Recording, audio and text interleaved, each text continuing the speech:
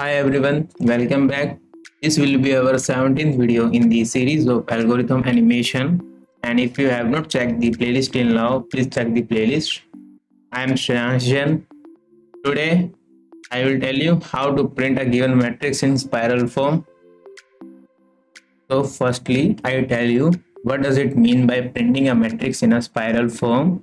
It means we will print the element firstly from left to right, then from top to bottom, then from right to left, and then bottom to top, and we will keep doing this process until we print all the element of the matrix. We print like this, then like this, then, and we will keep doing this until we complete all the elements in the matrix. So basically this is a simple problem and it doesn't require much of intuition. We will simulate what we want to do. We will just traverse like I shown you in the previous part. So let's take an example. You will get more understanding with an example. It's just a simulation. We just need four variables.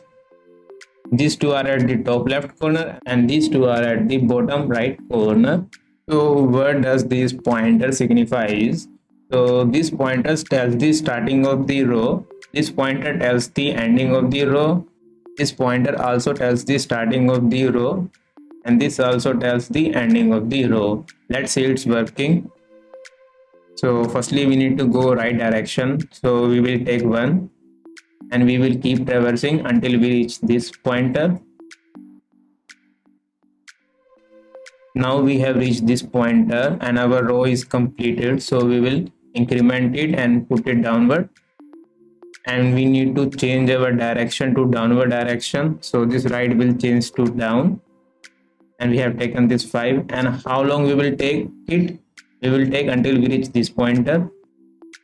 And we have reached this position. Now we have completed this column. So we will decrement it to this position.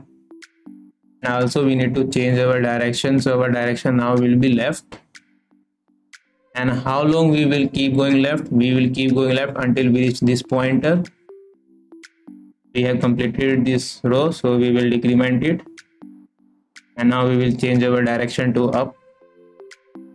And we have taken this. And how long we will go? This is a pointer which tells how long should we go. So we will go up.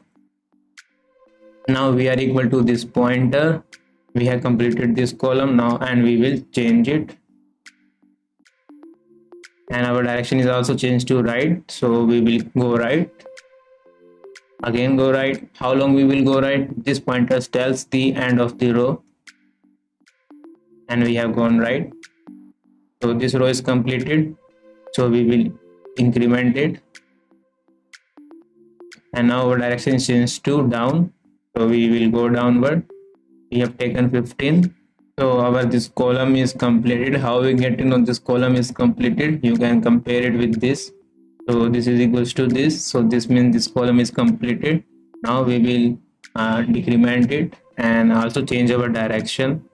So now let's come to the code part. This part will make it very easy for you to understand the whole intuition and the algorithm behind it. So n is the matrix size, means number of rows, and m is the number of columns. So we had two pointers, left and top, which was at the top left corner, and right and bottom, which was at the bottom right corner. So we will continue this until we have some element left, which means left is less than right and top is less than bottom. So we have taken direction for moving right, downward, left or upward.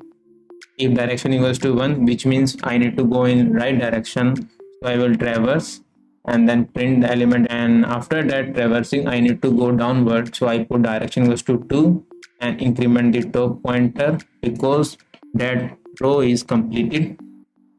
If direction equals to 2 means I need to go downward, so I will traverse and print those elements. And since I have completed that column, I will decrease the right pointer and the direction will be 3, which means I will go left. And if the direction is 3, I will traverse from right to left and then I will print the elements in between.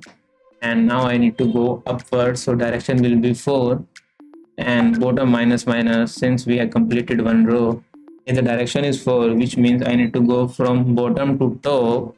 I will keep printing element in between, and now I need to go the right. So direction is 1 and one column is completed, so left plus plus. Thanks for watching. Hope you will like it. Don't forget to hit like and subscribe to view more content like this.